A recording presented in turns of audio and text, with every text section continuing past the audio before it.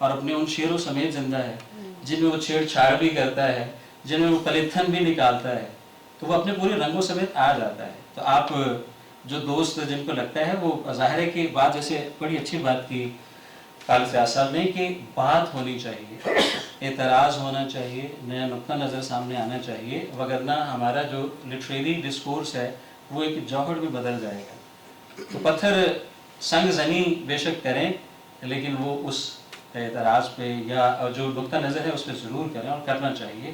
تو بڑا اہم سوال ہے کہ کیوں نہیں کر رہے تھے. تو جب پنجاب کے منٹو آ گئے، ٹھیک ہے، یا کرشن چندر آ گئے یا بلونت سنگھ آ گئے، تو پھر آہستہ آہستہ، چونکہ وہ مطلب آپ جو فیل کرتے ہیں ظاہر آپ وہی دکھا سکتے ہیں نا. میں مطلب حالی سے میں تو نہیں حالی کو مجبور کر سکتا کہ آپ وہ لکھو جو میرا گاؤں ہے اس کے بارے میں لکھو. میرے اپنے گاؤں کی کہانی تو مجھے ہی کہنی پڑے گی، مجھے ہی کہنی چاہیے.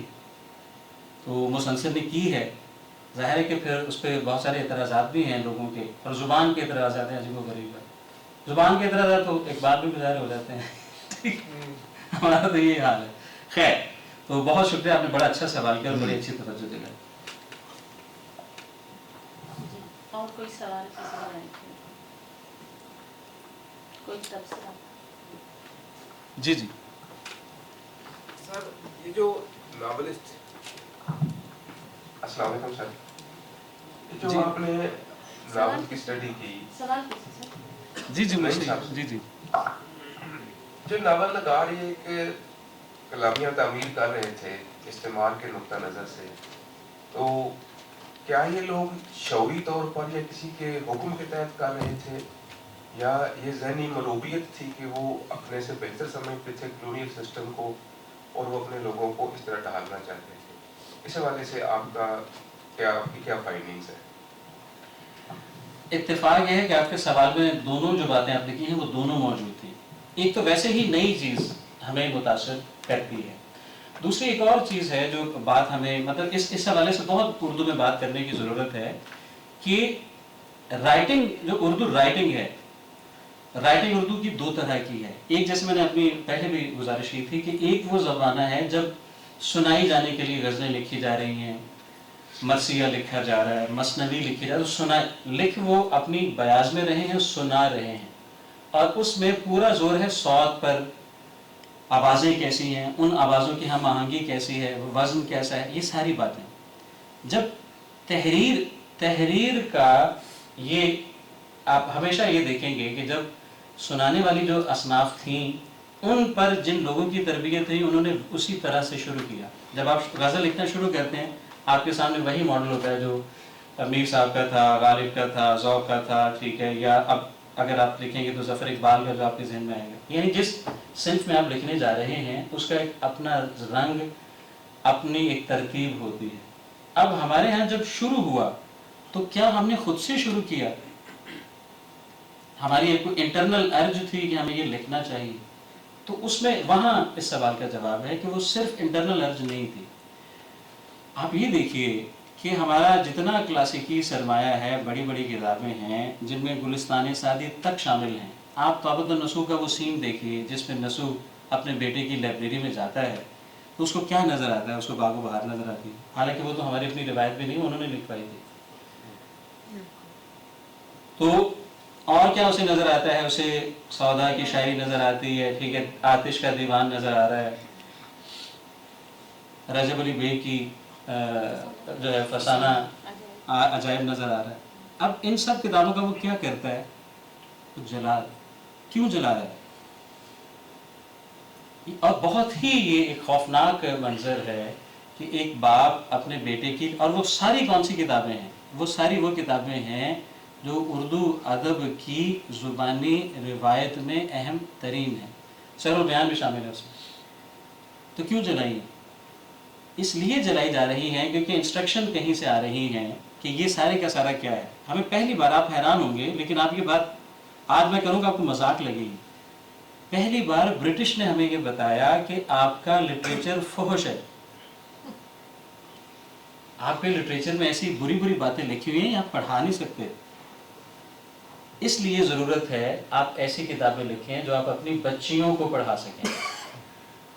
تو اب وہ ساری کتابیں، ٹھیک ہے، وہ دیوان شرر ہو،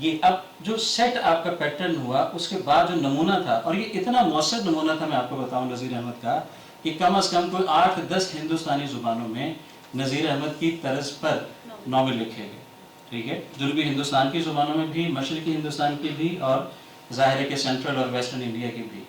تو یہ بہت ہی مؤثر ہوا. اس پر اینول آف اردو اسٹڈیز میں ایک مضمون بھی موجود ہے جو ہمیں دکھاتا ہے کہ کون کون سی زبانوں میں نذیر احمد کی پیروی کی گئی. تو وہ چاہتے جو تھے اس کا پورا ایک سسٹم انہوں نے وضع کیا ہوا تھا. تو اس کے بعد لیکن ایسے نہیں کہ ہم نے ناول میں امراؤ جان ادا، لیکن اگر آپ تھوڑا سا غور کریں تو امراؤ جان ادا بھی کلونیل پرسپیکٹو میں پرانے لکھنؤ پر تنقید ہے کہ پرانے لکھنؤ کی جو تہذیب تھی وہ کیا تھی. تو اس کا وہ بہت ہمدردانہ نہیں ہے.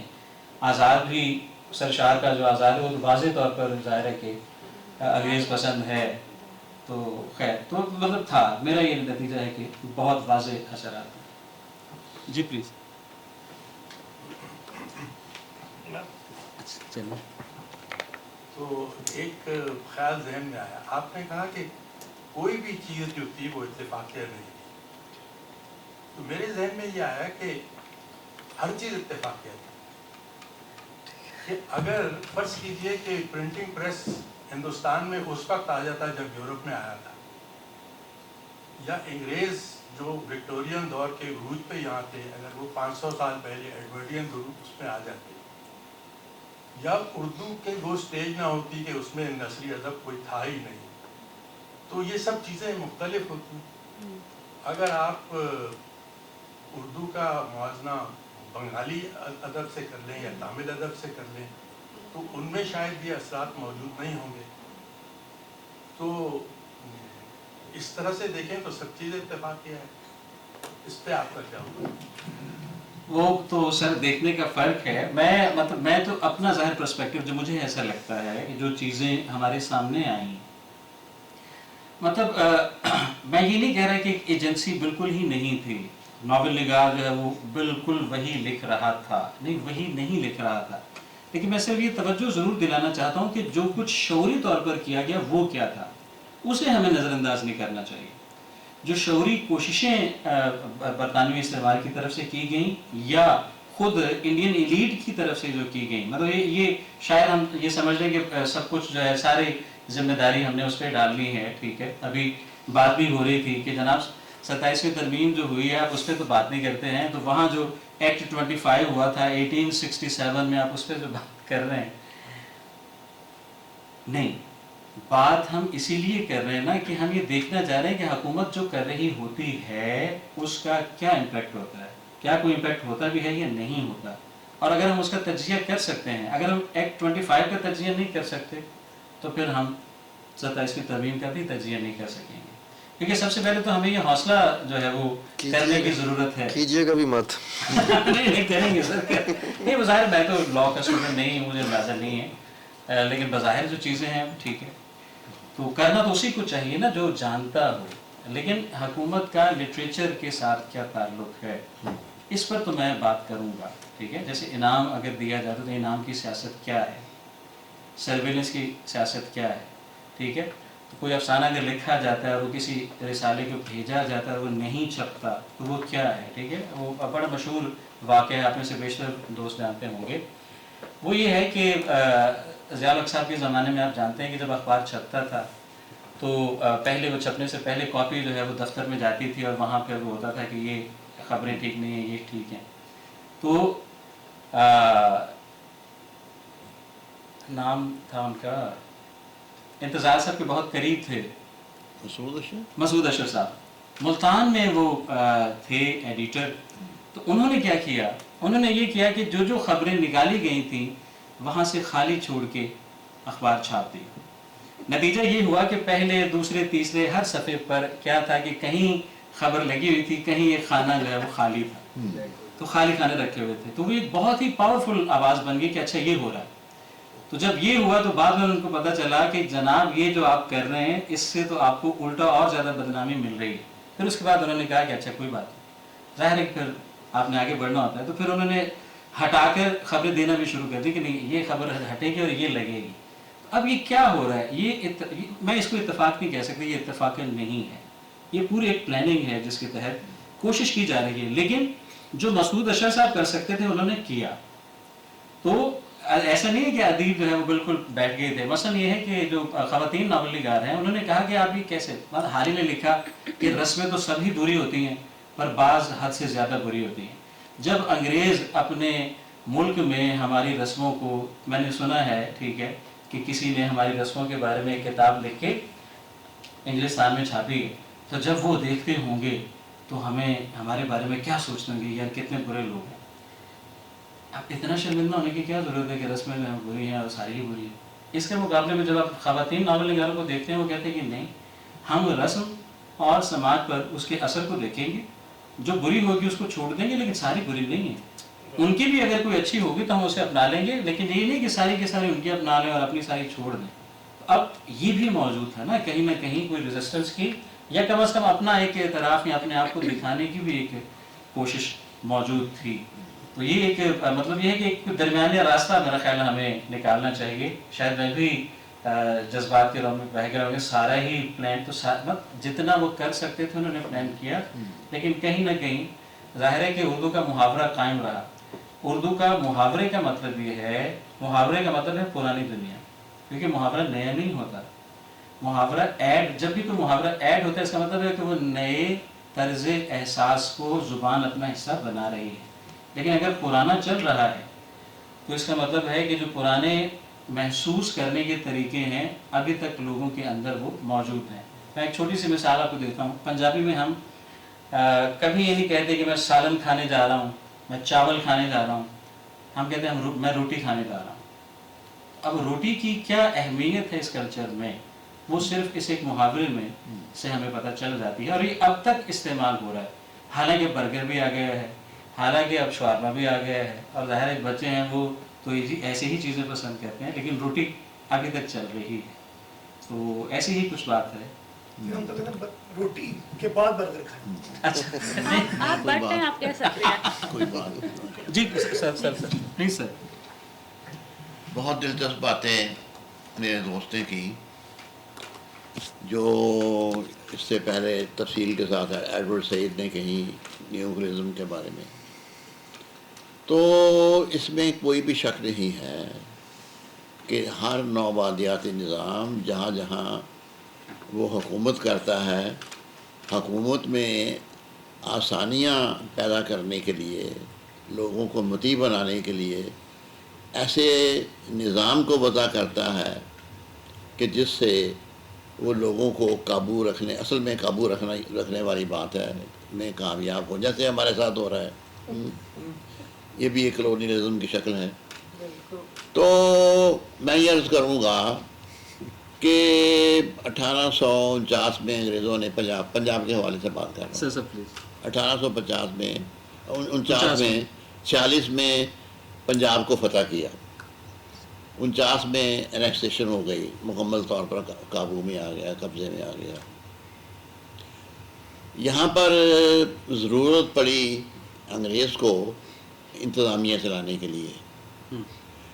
سسٹم جو وہ اپنے ساتھ لائے تھے وہ اردو کا تھا, انگریزی کا نہیں تھا, کیونکہ عام آدمی کے تو انگریزی سمجھ نہیں سکتے تھے, نہ تھی اس وقت اس کی بنیاد تھی. تو جو ان کے ساتھ جو اپنا چھوٹے چھوٹے آفیسر یا کلرکس ایسے لوگ آئے, وہ لوگ تھے کہ جن کی یعنی جو نوکرشاہی تھی چھوٹے درجے کی, ان کی طبیعت ان کی جو تربیت تھی وہ ایسٹ انڈیا کمپنی نے کی تھی. وہ لوگ کہاں کے تھے؟ یو پی کے, سی پی کے, بہار کے اور بنگال کے.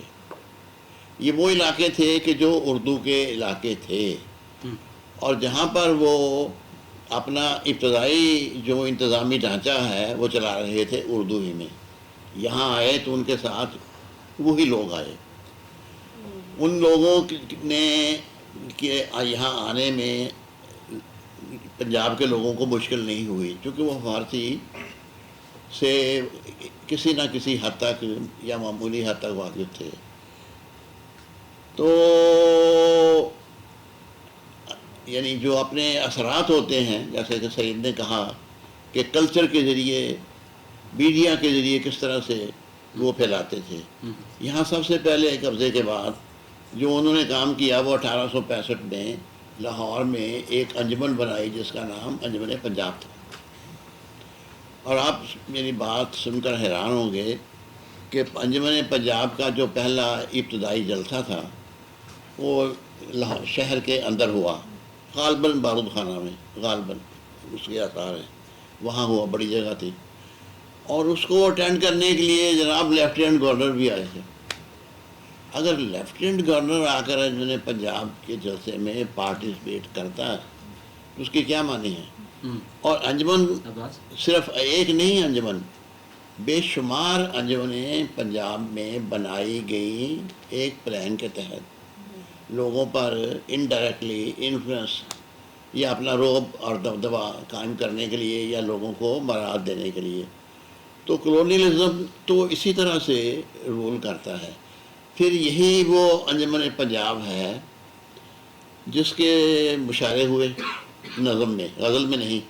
یہ بھی ایک ٹیکنیک تھی، غزل میں کا کوئی فائدہ نہیں ہے، وہ ہر جگہ ہو رہی ہے. نظم کے مشاعرے شروع ہوئے، اور نظم کے مشاعرے جب لاہور میں شروع ہوئے تو یہاں پنجاب گورنمنٹ میں محکمہ تعلیم میں مولانا حالی بھی تھے اور آزاد بھی تھے، پیارے لال آشوب، اور اسی قسم کے وہ لوگ تھے جو اردو بولے جانے والے علاقوں سے آئے تھے. انہوں نے ہال رائٹ نے ان کے سپرد کیا کہ آپ ان مشاعروں کا انتظام کریں، باقی ہم خود کریں گے. تو ہر مہینے ایک مشاعرہ ہوتا تھا. مشاعرے کے لیے ایک نظم کا عنوان دیا جاتا تھا اور اس کے مطابق نظمیں پڑھی جاتی تھیں، اور جو نظمیں اچھی قرار دی جاتی تھیں ان پر انعام دیا جاتا تھا پیٹرنائزیشن کے لیے، کلوز کرنے کے لیے حکومت کے ساتھ. تو یہ ایک حقیقت ہے کہ یہ عملی طور پر سوچ سمجھ کے ساتھ سب کچھ کیا جا رہا تھا، جس کی مثالیں ہمارے پاس یہاں موجود ہیں. ایک اور دلچسپ بات ہے، میں نے کہا کہ جو ہمارے انتظامیہ نچلے درجے کی تھی وہ اردو بولنے والے علاقوں سے آئی تھی. پنجاب میں اردو کو پاپولر کیا گیا، مسلمانوں نے اسے سب سے زیادہ سپورٹ کیا، اور اس کے ساتھ ساتھ ہندوؤں نے بھی بہت زیادہ اس میں سپورٹ کیا. آپ یہ سن کر بھی حیران ہوں گے کہ میں نے خود بے شمار 19ویں صدی کے انگریز کے آنے کے بعد بے شمار شاعر دیکھے جن کے دیوان یا نظموں کی کتابیں اردو میں چھپی ہوئی ہیں 19ویں صدی میں. یہ سب چیزیں ایک پیٹرنائزیشن کے عمل سے ہو رہی تھی. جیسا کہ میں نے انجمنوں کا کہا تو انجمن ایک یہاں پنجاب میں بہت بڑا ہتھیار ثابت ہوا، اور اسے پھر ہندوستان کے دوسرے صوبوں میں بھی پھیلا دیا. اور کے علاوہ بیسک انجمن یہی بنی، ہر شہر میں انجمنیں تھیں، ہر شہر میں انجمنیں تھیں. اور وہ ان انجمنوں کے ذریعے انہوں نے تو لوگوں کے ساتھ ایک براہ راست جو لنک کیا، چونکہ ایک بہت دوری پیدا ہو چکی تھی نا 1857 کی گرد و غارت کے بعد، اور لوگ ان کے سخت خلاف تھے. تو ان کو قریب لانے کے لیے، دوست بنانے کے لیے اس قسم کے کام کیے جا رہے تھے جو ان کی فلاح و بہبود وغیرہ کے لیے ہوتے ہیں. شکریہ سر. بہت میرا خیال ہے کہ جو مقررہ وقت تھا وہ ختم ہو گیا ہے، اور آخر میں اتنا ہی کہنا چاہوں گی کہ ڈاکٹر نعیم صاحب کی یہ جو کتاب ہے اردو ناول کی تنقید میں یقیناً ایک گہرا قدر اضافہ کرے گی، اور آنے والے طالب علموں اور اردو ادب کے جو متلاشی ہیں ان کو مختلف پہلوؤں اور مختلف خطوط پر سوچنے پر یقیناً مجبور کرے گی. یہ صرف کتاب ہم اردو تک اس لیے محدود نہیں رکھیں گے کیونکہ یہ کتاب بین العلومی ہے. مختلف تاریخ، سیاسی، سماجی اور بحثیں لسانیاتی، ثقافتی اس میں ایسی در آتی ہیں کہ اب یہ صرف اردو کے حلقے تک محدود نہیں ہے، باقی طالب علم بھی اس سے دست فیض حاصل کر سکتے ہیں. آپ سب کی سماعتوں کا بہت شکریہ. اور کتاب باہر موجود ہے، آرٹس پبلیکیشنز کے CEO اور نوبل صاحب بھی یہاں موجود ہیں.